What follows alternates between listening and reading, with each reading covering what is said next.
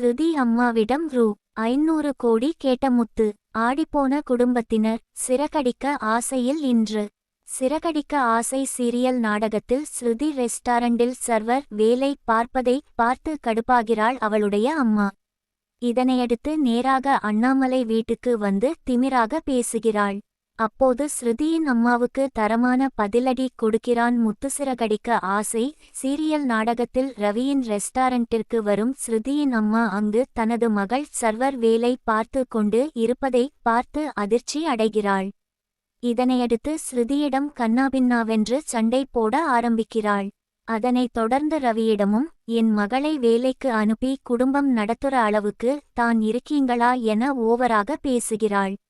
இதனால் ரவி டென்ஷனாக நான் விருப்பப்பட்டு தான்மா இங்க வேலைக்கு வந்து இருக்கேன், இதுக்கும் ரவிக்கும் எந்த சம்பந்தமும் இல்லை என சொல்லி அம்மாவை அனுப்பி வைக்கிறான்.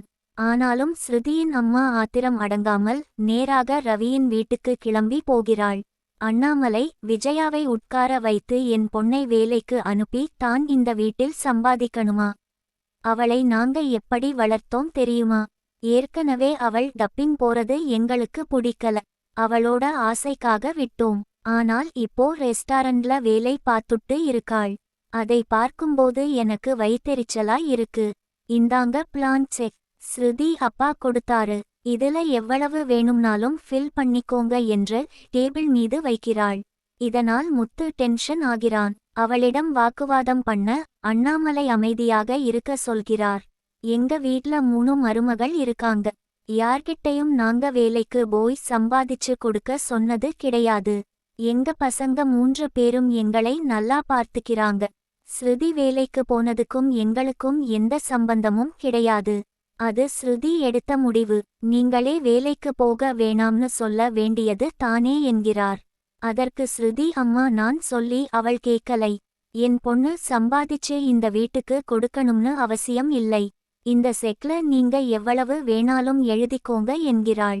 அவள் திமிராக பேசுவதால் கடுப்பாகி முத்து செக்கை எடுத்து எழுத ஆரம்பிக்கிறான். 500 கோடி என எழுதி நான் போய் பேங்க்ல போடுறேன் என்கிறான். இதனால் ஸ்ருதியின் அம்மா அலறி அடித்து கொண்டு எழுந்து அவனை தடுக்கிறாள். உடனே நீங்க தானே எவ்வளவு வேணா எடுத்துக்க சொன்னீங்க, உங்களோட பணத்தால எங்கப்பாவையோ எங்க குடும்பத்தையோ விலைக்கு வாங்க முடியாது என சொல்லி செக்கை கிழித்து போடுகிறான். ஸ்ருதியின் அம்மா என் பொண்ணு வேலைக்கு போக கூடாது என அதையே சொல்லிக் கொண்டு இருக்கிறாள். அண்ணாமலை டென்ஷன் ஆகி போதும் நிறுத்துங்க, நீங்க இந்த வீட்டோட சம்பந்தின்னு தான் பொறுமையா பேசிக்கிட்டு இருந்தேன், நீங்க அளவுக்கு மீறி பேசிட்டு இருக்கீங்க, இதோட நிறுத்துக்கோங்க என்கிறார். ஸ்ருதி அம்மா கடைசியாக விஜயாவிடம் இந்த வீட்ல நீங்க தான் நேர்மையா நடந்துப்பீங்க, நாங்க மாப்பிள்ளைக்கு ரெஸ்டாரண்ட் வைச்சு கொடுக்குறோம், பசங்க கிட்ட நீங்க தான் பேசணும் என சொல்கிறாள். அதற்கு முத்து எங்கப்பா ரவியை படிக்க வைச்சு நல்லா வளர்த்து இருக்காரு, இப்போ அவனுக்கு கிச்சன் வைச்சு கொடுத்து உங்க பக்கம் இழுக்க பார்க்குறீங்களா என கேட்கிறான். அண்ணாமலையும் இந்த விஷயத்துல ரவியும் ஸ்ருதியும் தான் என்கிறார். கடைசியாக ஸ்ருதி அம்மா என் பொண்ணு சர்வர் வேலைக்கு போகக்கூடாது அவ்வளவு தான் என சொல்லிவிட்டு அங்கிருந்து கிளம்புகிறாள்.